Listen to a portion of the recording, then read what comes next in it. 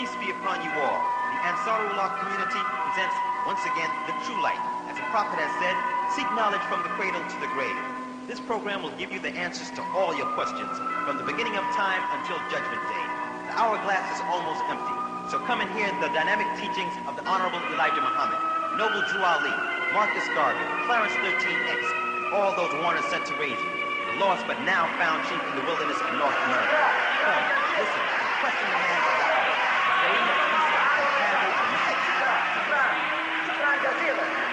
شكرا جزيلا. السلام عليكم ورحمة الله تعالى وبركاته.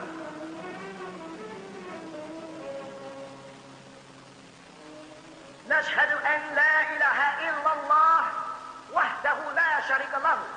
الحمد لله رب العالمين. الحمد لله الوالي الكريم. وصلى الله على أنبياء أجمعين والمسيح والمهدي والمجدد لمن مرسلين.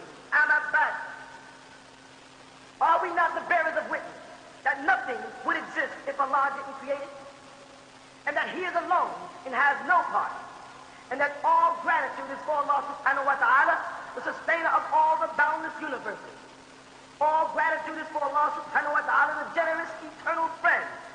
And send salutations of Allah on all of His prophets and His apostles, and on the Messiah, the anointed one, and on the Mahdi, the guide, and on the Mujaddid, the reformer, which was all sent from Allah subhanahu wa ta'ala. We send greetings and we send peace throughout the boundless universe to all. Assalamu alaikum wa rahmatullahi ta'ala wa barakatuh. And now, the true light featuring Sayyid Isa al-Hadi al-Mahdi.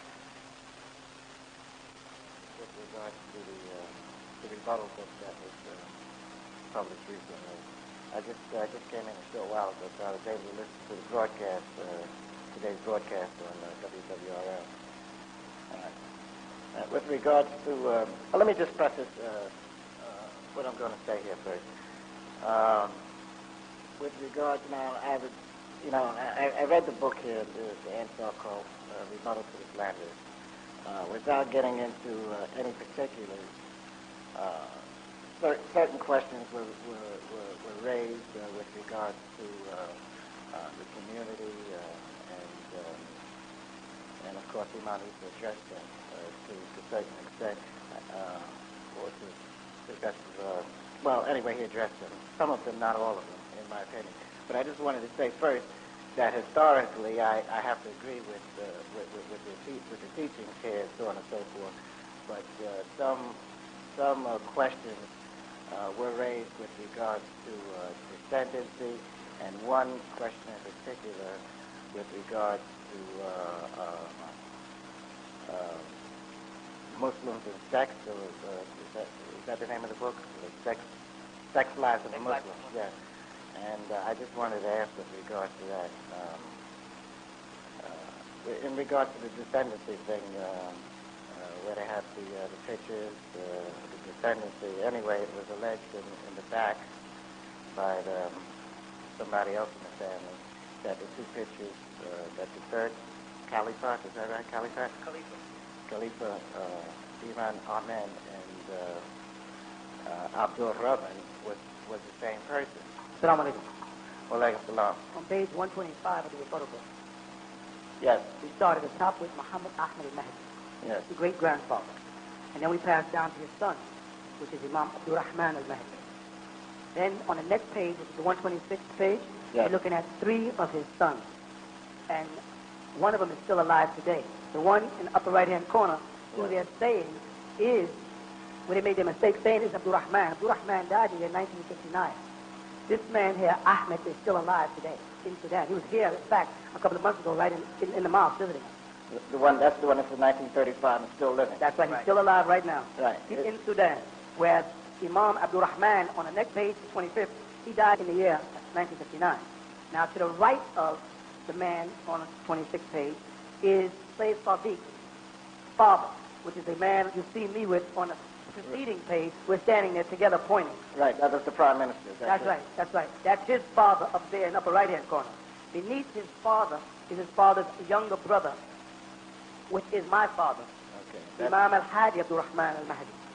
You follow? Yes, I follow you.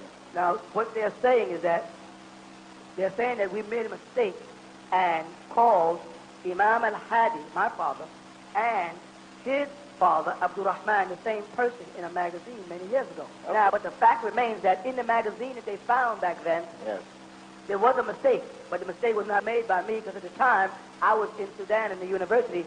The American brothers and sisters who were Ansarullah put this leaflet out. They put out like 3 pamphlets that had nothing to do with it. One of them was a Hajj pamphlet. One of them was a dietary laws of a Muslim pamphlet. And that booklet, which I mentioned all these in this book. Yes, and the people who put it out are still in the mosque. Ansar, who put that out when I was overseas in the University of Khartoum, are still here and mentioned to people, no, Imam Isa was not here. I immediately called them from Sudan and said, you made a mistake. You put a picture of my grandfather and my father at 2 different ages as if they're the same person. Right. And they had already circulated, so we said, what's the big deal? So they made a mistake. But for him to imply that I don't know what my own father looks like. Right, that's what he was saying. Which is also immaterial. Yeah, right, exactly. I was going to say that not that I saw it as being important or... Yeah, but when you get to the 1980s, when you get after that, and you see me and the Prime Minister sitting together, the point I was trying to make to Bilal Phillips and Faraj Wahaj is that if I was just another American Negro who went to Sudan, explain what I'm doing sitting with the president. And if I was able to manipulate myself up there, why haven't they produced pictures of themselves sitting with the president? How was I able to manipulate myself live in the house of the Mahdi? I'm living inside Umdurman in his house. If I'm not related, what am I doing in there? Why would Sayyid Sadiq come back and forth to the United States to represent us on 5 different occasions? Why would a prime minister, check this out now, a prime minister of a country leave his country, come to the United States, visit the United Nations building, and then come on Bushwick Avenue to meet a man who's a fake? Why would a man who's the president of a country, think about this, leave his country, visit the United Nations, the delegation has to sign in as a diplomat, and then come over here and stay on Bushwick Avenue in the middle of the ghetto with a bunch of Negroes? Why would he do that? I mean, that would be totally suicide, without security, without any, I mean, it would be totally ridiculous. They don't, the Sunni Muslims are so narrow-minded, they're so jealous, the bottom line. There's some of the things they say are so ridiculous. You know what I'm saying? They make some silly mistakes. I mean, you can see over a period of years between 1970 and 1980 something, where me and Sayyid Sadiq al-Mahdi had pitches back and forth, back and forth, back and forth. Me going over there, him coming over here. Me going over there, him coming over there. He's at my wedding in Sudan, I'm back over here. We know, it's such a ridiculous. You know what bothers them? What bothers them is I'm able to assimilate into America, speak like an American, act like an American. I'm brown. That bothers them. They want me to speak like my relatives with a twisted tongue. You follow? They want me to act like a Sudanese when I told them I was raised predominantly in America. I think like an American black man. I'm fortunate that I retained my language and that I retained my identity, my silsila, but I think like an American black man. You follow what I'm saying? Yeah. And that bothers the Sunni Muslims. But that's how Allah subhanahu wa ta'ala planned it. That's why he said, I raised up for you one from amongst your own. Has to be somebody like you. No Arab can't come over here and teach you because he doesn't understand what nigger means. Not really. You understand? Yes, I understand. He doesn't understand I agree. what poverty means. He doesn't understand what living in a project means. He doesn't understand what welfare means. He doesn't understand that the black cop will beat you worse than the white cop. And the black meter maid will chase you down quicker than the white meter maid. He doesn't know that. He'll go up to the Negro cop when the white cop and the black cop comes and try to confront them as brother and get beat up. See, they can't deal with that. Allah knows what he's doing. He knows what type of man he raised up in the West here. Get it, follow that? Because the man that preceded me, Honorable Elijah Muhammad, knew what he was doing. And though many men tried to emulate him and tried to badmouth him, he knew what he was doing, which was obvious by the nation of Islam that he built. Not by what men say, not by what Bilal Phillips says, who has no congregation, no responsibilities, no masjid, no schools, no nothing. Not by what Siraj Wahaj and Bedford and Fulton says, who can't pay their rent for their masjid. You judge a tree by what? By the fruit it bears. Look at the work of the Honorable Elijah Muhammad, and you can see that he was a great man, and that he was inspired by somebody or something. You follow what I'm saying? Without question. Without question. And the problem with the black people is the same problem we've always had. You know what it's called? The Joneses. The what? The Joneses. Keeping up with the Joneses in a dog-eat-dog world. Black people hate this. The moment we see somebody like Johnny Mathis, and a black woman say, Johnny Mathis is a pretty man, he's a faggot. This is how we do it. Eddie Murphy's doing fine now. He's very popular. What's all the black men saying now? Eddie Murphy? He's a faggot. What's her name? What's that girl? She came out, she was doing good. Dionne Warwick's relative. Oh, Whitney Houston? Whitney Houston? She's a dyke. We can't help ourselves. We just refuse to let our own people make it. And the moment, and that's, believe me or not, brother, that has been bred into us by the white man by making Mickey Mouse a black mouse, by making Daffy Duck a black duck, and Elmer Fudd can't talk, but he outwits them every time. And then by having a white man do Amos and Andy's voice. And then by having, you know what I mean? He has undermined our intelligence. This is what Honorable Elijah Muhammad was trying to tell us. He has undermined our intelligence with his technology. And he has us hating ourselves. So what happens when a Sunni Muslim hears about the Ansarullah community, say, these guys got communities all over the world. There's millions of people dressing in white. They got a flag. Their kids speak Arabic. They read the Quran. They build a mosque from the ground up. Now we're putting out our own products, our cleaning products, like toiletries and soap and toothpaste. We're getting into baby oil and baby powder. And we're moving up the ladder of doing for self, like the Honorable Elijah Muhammad says. And some guy over on Bedford Avenue who can't pay his rent, of course he's mad. Because the white man is putting him on television. See, Morton Downey puts Siraj on television and asks him, what is Islam? None of these guys who graduated from any prominent Islamic universities hold no certificate. You follow what I'm saying? They pull them out and say, now you know, and all you brothers in there have been following the Ansar community for years, know that we have had a drug-free community since the 70s. Ain't no drugs in the Bushwick section. You can move in this section and leave your door open. Because the dope fiends know, walk around Bushwick Avenue, because the Muslims over there don't play. Don't bring that stuff around our kids. We ain't having it.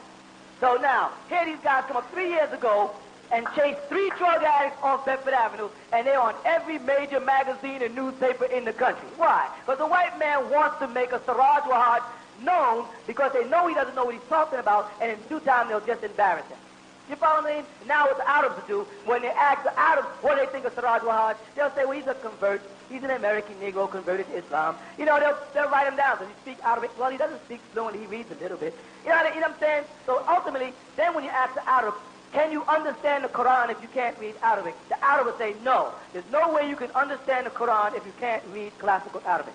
Then they'll say, now, does Imam Siraj Wahad speak and read classical Arabic fluently? Then they'll say, no, which means, hey, he's leading people and he doesn't understand the Quran. You see the tricks they use? That's the game that these devils is using. Anything to stop people like Clarence 13X, the leader of the 5% nation, stop Imam Isa, the leader of the Nubian nation, stop Yahweh ben Yahweh, the leader of the black Israelite Hebrew nation, stop any black leadership. Don't let niggas organize. Don't let them come together as a family and build. Don't let them realize who we are, the devil. This is what must be prevented. And because Imam Isa's program seems to be the most powerful, why? Because I accepted the slander and went into the music world. Why? Because I saw that Marvin Gaye reached more people on one record than every imam in the whole world did giving a sermon on Friday. I saw that LL Cool J, Big Daddy Kane, Dougie Fresh, Third Base, Kwame, Shafi, and on, that these brothers who are rapping, like Public Enemy in them, are rapping messages out to the people. Now I can sit around and play stupid Sunni Muslims and listen to a bunch of stupid Arabs, you understand, who tell me, don't listen to music, don't dance, don't do things that I do naturally as a child of the motherland. And you know what the motherland is, right? Sudan, called Africa by the Greeks, all right? So I'm supposed to listen to these men and cut off my soul. No, Imam Isa didn't think like that. You know what he did?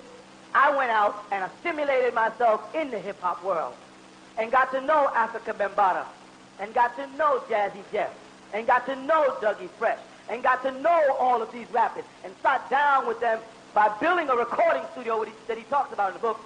He doesn't understand the power of building a recording studio. All the rap groups come to record with me. And when they come to record with me, I sit down and find out what they believe.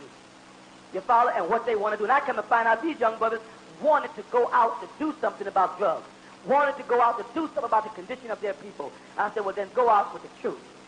And let me pour this truth on you. And if you can stand against the truth, then call me a fool.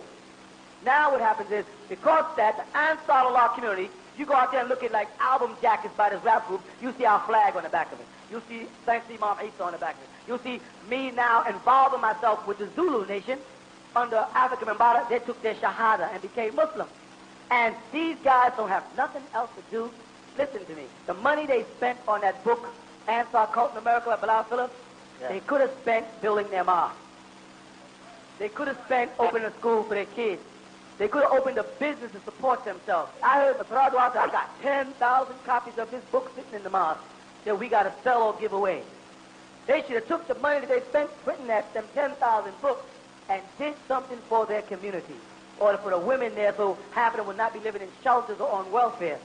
You understand what I'm saying? I agree. Believe me, Imam Isa was not interested in writing a book about the Sunni Muslims. If I wanted to, I would have done it years ago. I was writing books about how blacks are being taught that Jesus was a white hippie who died on the cross for their sins, and keep turning your cheek so the white man can keep slapping us around. That's what I was teaching. I was teaching like, don't let them tell you that Dr. Martin Luther King ain't no good. Don't let them tell you that Elijah Muhammad ain't no good. Don't let them strip the only black leadership you got. I'm not saying that everything that every one of these men taught was right and exact. I'm not Allah subhanahu wa ta'ala. I can't make that decision. Don't let them turn you against the Honorable Mayor Dinkins. I watched the Sunni Muslims come out in support of some Pakistanian that was running for office in Brownsville, but didn't come out in support of Dinkins, whose children is named Shabazz and Jamal. But the Sunni Muslims didn't come out to this man's aid. They would go after some Pakistani out of Queens somewhere who's pretending he's black for a day, but they won't come out for their own. And I can't live with that kind of stuff. You follow? And I'm not going to let them tear the Honorable Elijah Muhammad down just because a bunch of books, and let me make this real clear, a bunch of books written by men called hadith, that they say are the stories of the life of the Prophet Muhammad. This is not the Quran. I have never, ever read a hadith in English or Arabic that started off, Bismillahir Rahmanir Rahim. They don't start off in the name of Allah.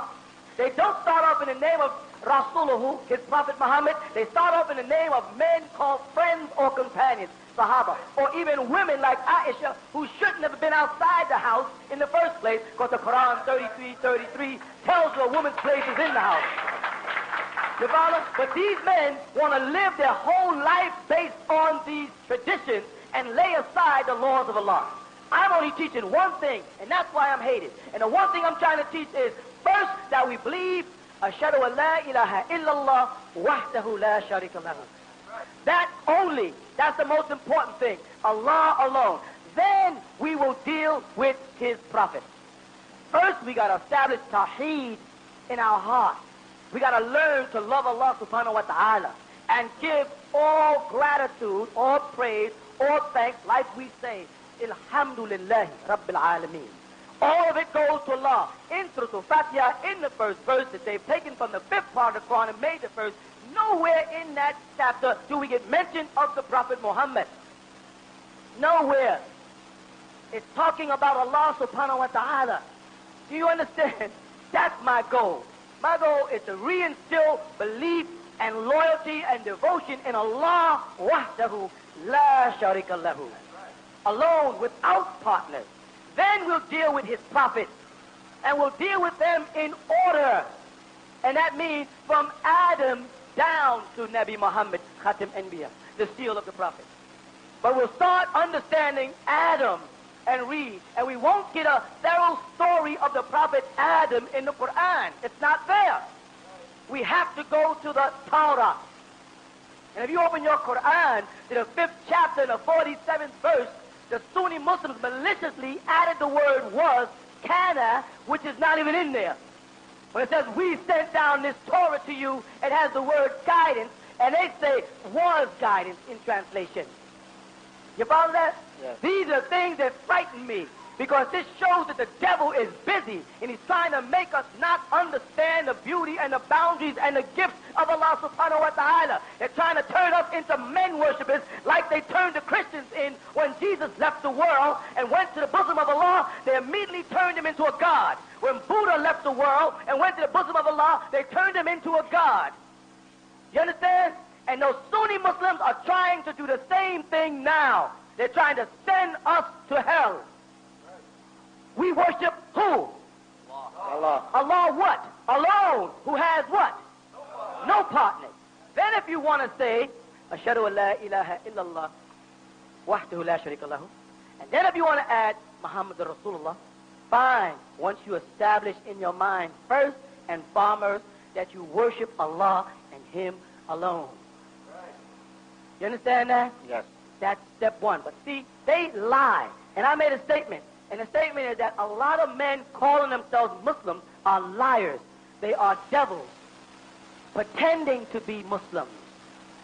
You understand? And they're altering things in the laws of Allah over a period of time, adjusting words. They have us worshiping men instead of Allah, worshiping stones instead of Allah, worshiping tombs, relics, whiskers. They have the whiskers of the Prophet Muhammad alayhi salam in Jerusalem. They have the whiskers in a canister, and Muslims go there and make dua. I was in Egypt, and in Egypt they have a masjid and a shrine to one of the Prophet Muhammad's daughters and one of his wives. And they go there behind this door, and I've been in the masjid myself, and they make dua, they kneel down, they lean on this thing, and they say, they give prayers there. Show me that in the Quran anywhere. Show me where it says we're supposed to do those things. We don't supposed to pray to nothing or no one but who? Allah. And Allah alone. And if any man, me, or anybody else steps in and tries to direct the focus of our prayer from the one creator of the boundless universe in any other direction, then he's acting the part of the devil. I don't care how many degrees he has from what Islamic universities. I don't care how good his Arabic is. I don't care how he dresses, how much perfume he wears, how much kahol he wears, how much sunnah he recites. If that man or that thing tries to make me and you worship anything or any man other than Allah, then that man or that thing is acting the part of shaitan. Do you understand me? My mission, and it's going to be difficult, and I'm going to be hated, but I'm in good company when I'm hated, because they hated all of the men Allah sent. If they like me, I know I'm doing something wrong. You understand? I agree. I'm going to be hated. I'm going to be slandered. I'm going to be reviled. People are going to say all manners of evil against me falsely. I expect all that. I accept all that. Wait a minute. Either they're going to get back on the path, the Sirat al-Mustaqim, or they're going to get out of Islam and stop pretending, because they're fabricating a new society that the world is beginning to think we are. And they're judging us by that stupidity that they teach. And I'm not going to teach no stuff like the black stone is, like I said on that tape today, the black stone is black because of no sin. Yeah, you ain't feeding that stuff into my son. Right. You ain't feeding to me that the Prophet Muhammad was white. And if I say he's black, then I'm a kufr. Why? Because you white? You're not feeding me that stuff. You're not going to feed me that garbage about going to Mecca and kissing a black stone and praying and rubbing shrines and laying up against brick walls. You're not passing that stuff on to me. I worship Allah, and the East and the West belong to Allah. You understand what I'm saying? And I'm in the western part of the world because it said the light would shine out of the West. Out of the East and unto the West, and so shall the coming of the Son of Man be. And that's exactly what I am, the Son of a Man. I'm not the Messiah. I am not the Mahdi. I am the Son of a Man, a wonderful and a great man. Imam al-Hadi, alayhi salam, a wonderful and a great man, my father. And whether the whole world denies it or not, listen to this. Many Sunni Muslims say Imam Isa is not a part of the Mahdi family.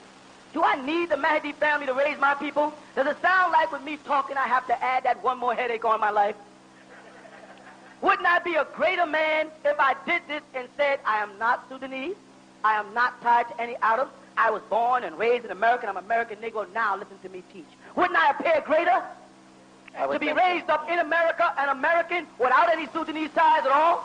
Why would I pull on a burden of a country, my own, that I love, and of all the gossip and the slander and the accusations that come with me saying I'm a part of a family if I'm not? Why do I need that? For what? Would that impress y'all? Does it impress y'all that I'm part Sudanese? Or does it impress y'all what's in these books? What's in the books? And if you took out every reference in these books to Sudan and the Mahdi family, the books would still be the baddest thing out. If you took all of it out, the truth is truth. So I am not saying I'm Sudanese just because I want to pick one of the countries in Africa to identify with. And I don't care if nobody believes my blood. My blood speaks for itself. You follow? So the Sunni Muslims are angry, and they have right to be angry because I'm coming at them. I'm coming at them. You understand? I wouldn't be coming at them if they didn't spend time on me. I was busy breaking crosses and taking off the heads of swine. I was trying to bring Christianity to a reality in the minds of black people in America. That's all I was doing, showing them Jesus was not crucified, who his father was, who his mother was, where he came from. He was not a deity. He's definitely not Allah subhanahu wa ta'ala, astaghfirullah. I was bringing that forth. I was not bothering the Sunni Muslims. Here comes some old nappy-head Negro, born in Jamaica, raised in Canada, and never met me in the flesh in his whole life, never talked about this Bilal Philip, never met me, never talked to me, never visited our community or nothing. And he's going to write a whole book about our community. Starts off the book saying I was born in 1935. Starts off the book wrong. I mean, when the Arabs told him, don't write the book unless you got the facts, bruh starts off the book wrong. I said, you want to see some facts? I'll write facts. I'll write a book 3 times as large as your book with 100 times as many facts, if you want facts. And now that I've gotten used to doing this, I enjoy it. So now I'm writing another book. All right. Next book is called 360 Questions to Ask a Sunni Muslim. And they will not be able to answer. People are saying, you're attacking Islam. No, I'm not. I'm attacking the traditions that has bred itself in Islam and these fake practices that are taking men off the path in this blind faith. If you're going to say you're a Muslim and you say, Amantu billahi wa malaikatihi wa kutubihi wa rusulihi, if you make these declarations, you're not just saying believe. See, that's why they stuck that word in there, believe. That's not what amana means. Mu'min is not a believer. Mu'minati is not a believer. The word mu'min and mu'minati or mu'minun comes from the word amana. We will continue with the true light after a brief intermission.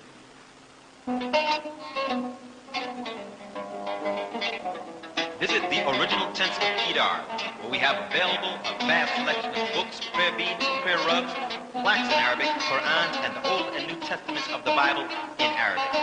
Also, we have multiple pamphlets and leaflets on the truth, posters and portraits, which display the prophets as they really were, Nubian.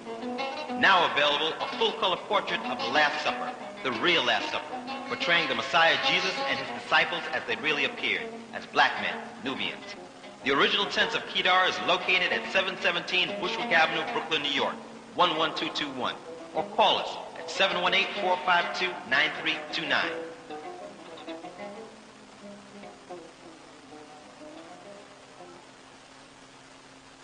We will now continue with the true light. Alif, Mim, Noon. To be faithful, to have faith. And they'll tell a Muslim, you have to have your iman together. You have to have your iman together, your faith, your faith. Then they put a meme on that same word, faith, and call it mu'min, and then change it to believer. I don't believe in nothing. It comes from Allah.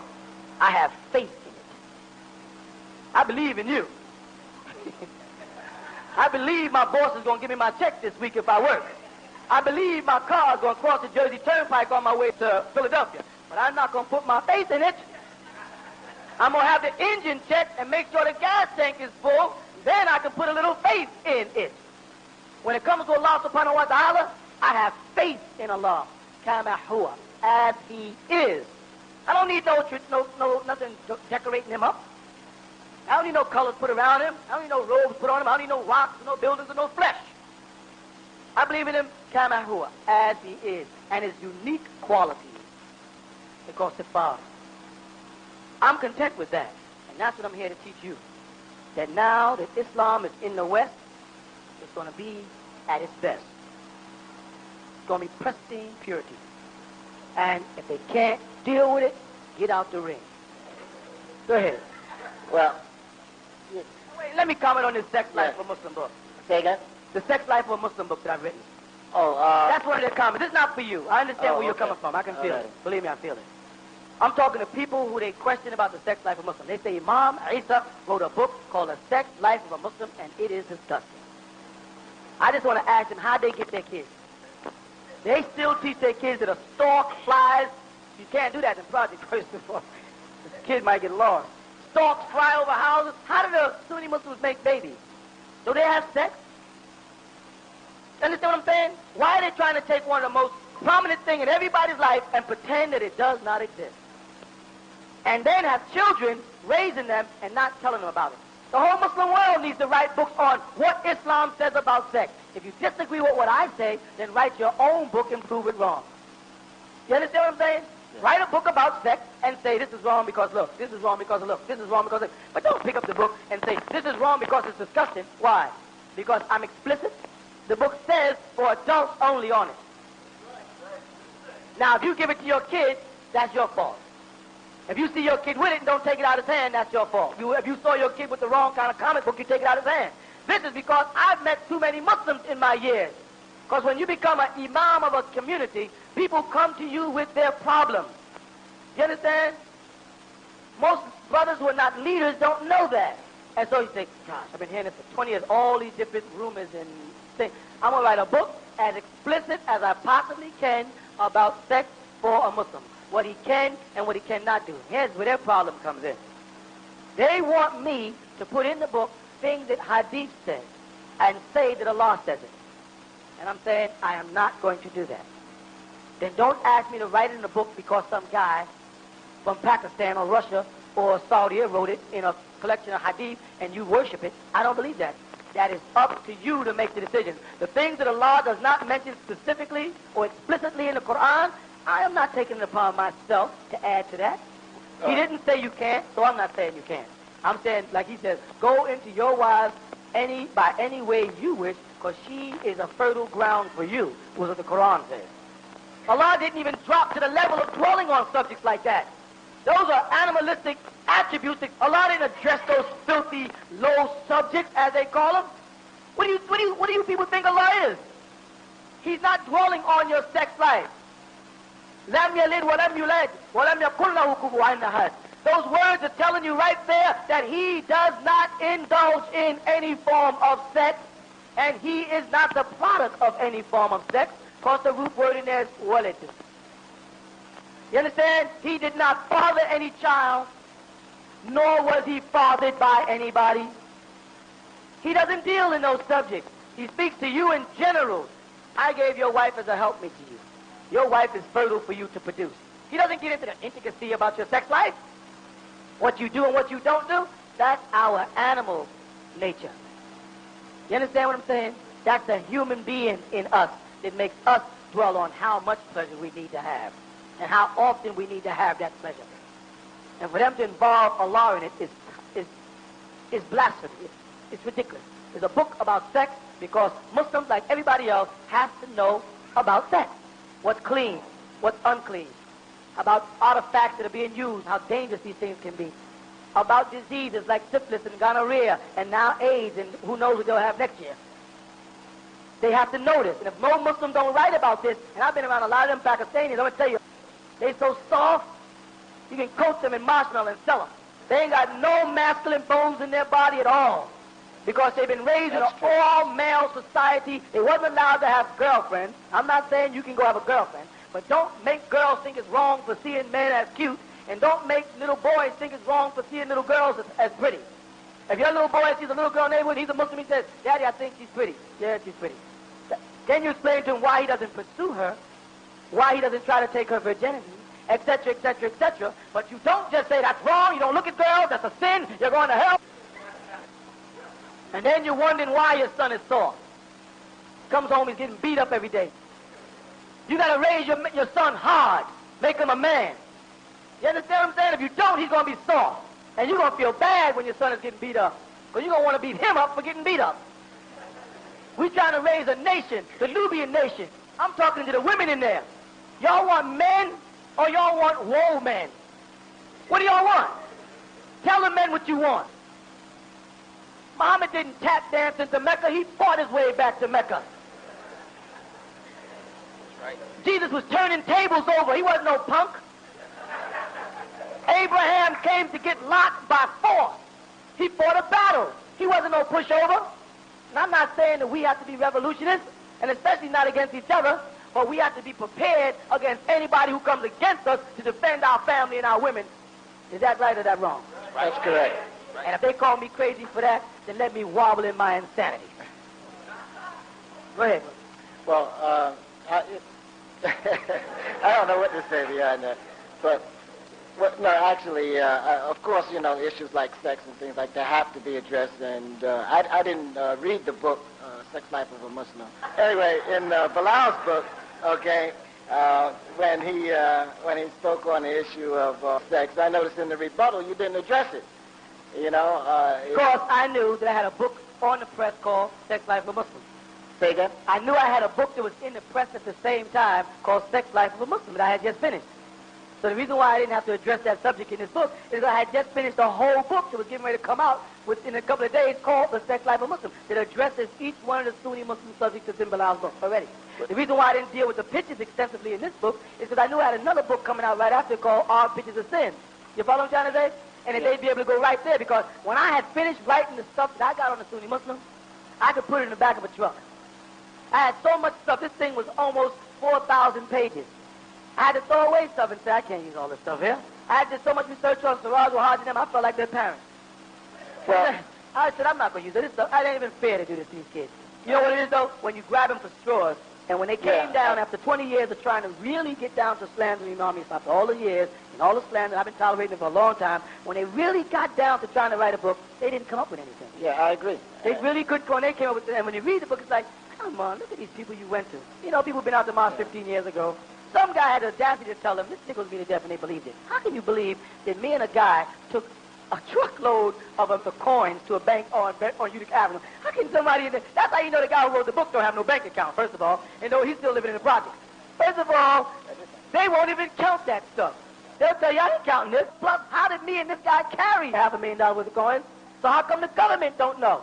It is little things like that people should have just said, this guy here is not writing a book to reveal anything. They're just trying to stop the Ansar community. Yeah. Let me ask y'all people, can they stop us? No. What is wrong with them? All we're doing is getting greater and stronger in the name of Allah. Ain't no stopping us. Well, what about the people that don't really know? All right. They also, the scripture tells you cannot be responsible for what you don't know. However, the Bible said, what did Jesus say? All eyes shall behold his glory. You got a chance because the Messiah, Jesus, is coming. The stupid Sunni Muslims don't have enough sense to teach this. They don't realize that not teaching that the Messiah is coming, they keep leaving out one very important element, and that element is salvation. Sunni Muslims do a lot of preaching and a lot of doctrine, but they don't never tell nobody what about salvation. What about the saving of our souls for the sins we've committed? And that is done through the Messiah, Jesus. He is your salvation. And that's why Islam even says Jesus was exalted in this world and the hereafter.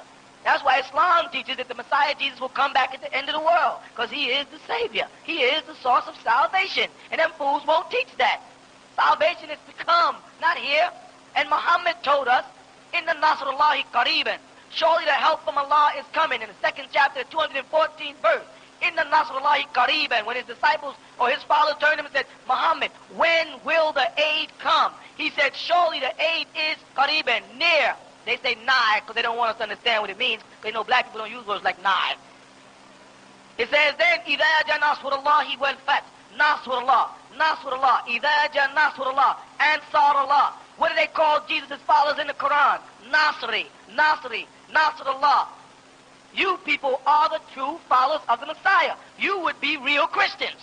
Not Christian by the Christian Greek word Christos, or the Latin word Christos, or the Greek word, no, but by the word Nasrullah or Ansarullah. And when Allah says, when you see the Nasrullah come, that'll be the victorious opening of the 7 seals. Muslims, Sunni Muslims are absent of salvation.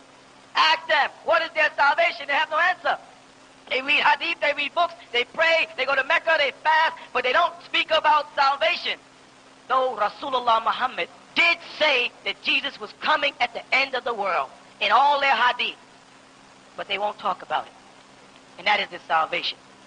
That's your only hope. Without hope, you can forget it. You ones in this room here who say you're Muslim, you better start acknowledging and start looking for and praying for the return of the Messiah and get away from this rigid Orthodox Sunni Islam that has nothing to do with salvation. There's nothing in that. All it says is pray 5 times a day, go to Mecca, talk to them, say, where's the salvation? Salvation is in the Messiah, Jesus' return, to claim the righteous. who he calls Ansarullah, or Nasrullah, or the Nasr. إِذَا جَاءَ نَصْرُ اللَّهِ وَالْفَتْحُ وَرَأَيْتَ النَّاسَ يَدْخُلُونَ فِي دِينِ اللَّهِ أَفْوَاجًا فَسَبِّحْ بِحَمْدِ رَبِّكَ وَاسْتَغْفِرْهُ إِنَّهُ كَانَ تَوَّابًا. He tells you right in that chapter of the Quran, and that's supposed to be the last full chapter revealed to Muhammad. It was after all those other things the Sunnis used. It was the last one, Nasr. And that's when he says, when you see the aiders of Allah, or the Nasrullah, the Nasri coming, they tell you this is a victorious opening. When you see them, and they say they'll be yadkhuluna fi din Allah, not yadkhuluna fi din al-Islam. It doesn't say that. It says yadkhuluna fi din Allahi. Sunni Muslims keep saying this is Deen al-Islam. Deen al-Islam. Say, right, you all are in Deen al-Islam. You all are 1,400 years old. Muhammad said, yadkhuluna fi din Allahi. Then if they tell you that Jesus was before Muhammad and Muhammad founded Islam, then it would be yadkhuluna fi din al-Islam, not yadkhuluna fi din Allah. Muhammad brought in Deen al-Islam, the Sharia, the laws of Islam, the correct thing. But Isa was in Deen Allah. He was called Ruhu Allah, the soul of Allah. What was Muhammad called in the Quran? Rasulullah, one sent from Allah. Jesus was called Ruhu Allah, the soul of Allah, not one sent from him, a portion of his very essence in present. Right there, Kalim Allah, the word of Allah. Ruhu Qudus, a Holy Spirit. Allah says, we strengthen Jesus with the Ruhu Qudus, with the Holy Spirit. But now you done got so far away from that, you think Islam is a new religion that does not acknowledge the Messiah's return. And you think, well, if I say I believe in the Messiah's return, I'm a Christian. And that's all the devil's work, Sunni Islam, trying to mess you up. Abraham, Jesus said, before Abraham I am. Didn't he? Before Abraham he existed. What was he talking about? He was talking about what Allah called him, Ruhu Allah. His soul existed before Abraham. He was a part of the Elohim, which is translated in Arabic as Allahumma, a part of the original we in creation.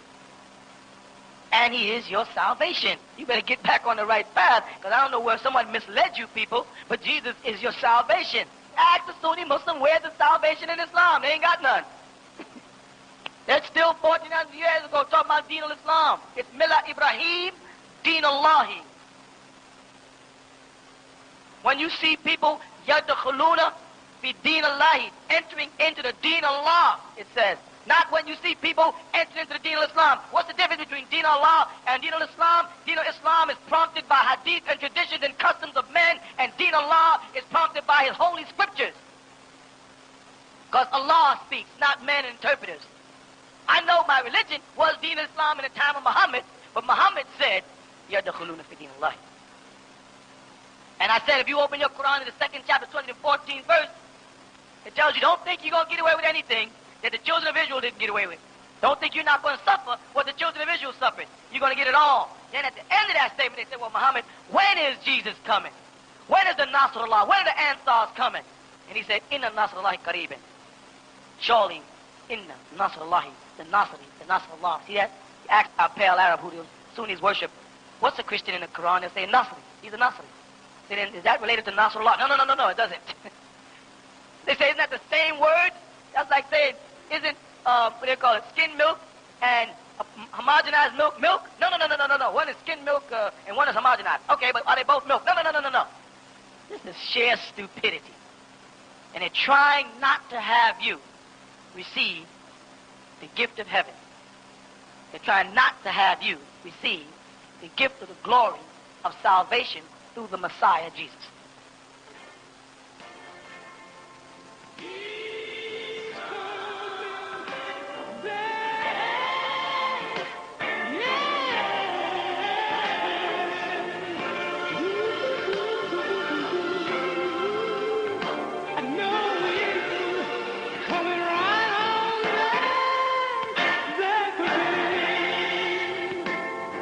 Sign of the time is there.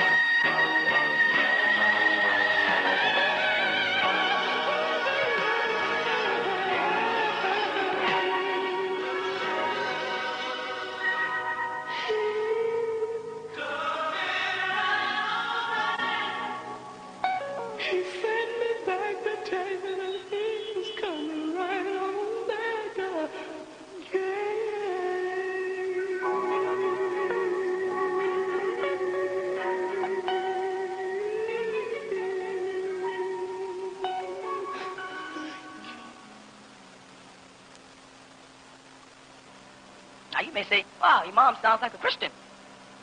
Well, for all intents and purposes, I am. I'm not a Christian by Christianity as your interpretation of some white guy nailed on a cross for you. But I am in the sense that I believe that the Messiah, Jesus, is going to come to save you, and that we are bringing him in. We are his heralds. We are bringing you up to the par where you are prepared to receive him and receive the grace and the forgiveness that only comes through him. Muhammad never claimed to have the power to forgive anybody. He didn't. He merely said, I came with this Quran because it will clear up all the confusion and all the conjecture that people made up about Jesus and all the other prophets. I made a statement a while back. I want y'all to relate to this. If I make a cake and I don't put flavor in the cake, you with me? I don't put any flavor in this cake at all. Now, the cake is just plain cake. And the white man calls it. What kind of cake you want? I want a plain cake. That means it ain't got no flavor, just plain. Now, if I add chocolate in the cake, then it becomes what? Chocolate cake. If I add marble, and I want to make it chocolate and strawberry, if I put some chocolate and some strawberry, we call it marble cake, because we're confused now. Now, whatever I want you to taste in the cake the most, I put the most of it in the cake. Are you with me? Okay, now. So now, if Jesus is mentioned in the Quran more than any other prophet, and he is, then Allah flavored the Quran more with the Jesus flavor than any other prophet. Huh? Are you with me? So what does he want you to taste when you read the Quran? Jesus or Moses? If he put more stories about Jesus, more names about Jesus, more about the purity of his birth and the miraculous things he did while he was on earth and the powers he was given while he was on earth, the Quran is saturated with more information about Jesus than any other prophet. Mind you now, if Allah is making a cake and he puts more chocolate, he wants you to call it cake. What kind of cake? That's right. Nowhere in the Quran does Muhammad say the Quran is his. Nowhere he says, this is my Quran. Nowhere. Muhammad was a prophet sent from Allah bringing us the Quran, that it could clear up all the confusion in the books before and prepare you for that chocolate cake. And the chocolate in the cake of life is Jesus. The prophet most mentioned in the Quran is Jesus. Allah wanted you to recognize Jesus out of all the other prophets in the Quran. Now, if you got a better argument, let me hear it. You follow? But them Sunni Muslims have no salvation. They don't even know what they're doing. They just pray, fast, and sit around and read traditions of men called hadith. They better hurry up and wake up and realize that the world is quickly coming to an end and they have no proclamation for salvation. You can't ask them how they're going to be saved. They don't know. Think about it. Talk to a Sunni. Say, well, where's your salvation at? Well, if I'm good, I'm going to go to heaven. Okay, if you're good. But what about all the sins you already committed? Because I got like a brother named Siraj Wahaj from Mancha Taqwa who stands up and tries to sell this book to Ansar cult. He goes out his way to push this book on us. And right? So all them brothers and sisters sitting over there in Taqwa better get up off the floor and get over here where we say we have to get salvation through the Messiah so that you can be forgiven for making those mistakes. See, they're not asking for salvation for their previous sins. They think after they took their shahada, they're over. How many of y'all took your shahada and then the next couple of days committed another sin? Tell the truth. You know you did. Ain't no sense of sitting there pretending. And if you did that, all the other sins are back. And all the ones you had before, that you got rid of at your shahada, the moment you committed another sin after that, you got all those sins back. Now you got to start doing deeds. Now it's about matching them with good deeds. All the stuff you said, man, I took my shahada, all the stuff I done snatched pockets and beat up old women and did this and did that. Boy, it's all over. And then you went out and did something wrong and it's all back. I'm back to the beginning. That's right. He gave you a chance. But then he says, Jesus is what? He shall be called Jesus because he shall save his people. It said the law came through Moses, but grace, which is a form of ni'mah, which is forgiveness, came through Jesus. Them Sunni Muslims don't realize, especially if there was once an Elijah Muhammad follower, or 5%er, or a Buddhist, or worship any kind of statue, or idol, or saint, they better hurry up and look for some salvation, because without that salvation, they're not going to heaven. And anybody sitting in that mosque listening to them is going to hell, because the leader ain't got salvation. How you going to take you? He's sitting there without instruction. He going to drive you somewhere? I know how to get there. Let me see the map. I don't need a map. Well, let me see the protocol. Well, sit there and tell me before I pull off. I ain't got to tell you. Trust me. Trust you? I trust nobody but who? Allah subhanahu wa ta'ala. I ain't trusting no man. I trust Allah. Don't trust me. Trust Allah and Allah alone. Any man that tells you to trust him, you better really not trust him. You ain't got nobody but you and Allah. That's why when you make salah, you're making it really with you and Allah. That's why you're whispering and you're talking out loud. Part of it for the congregation to know you're there, and the other part between you and Allah. And the most important part, you're saying by yourself, Sami Allah liman hamadan, Rabbana wa lakal hamd. Allah only listens to him. Sami Allah liman hamd, he who is grateful to him. Rabbana wa lakal hamd. Our sustainer, you are worthy of all grace, all praise, all gratitude.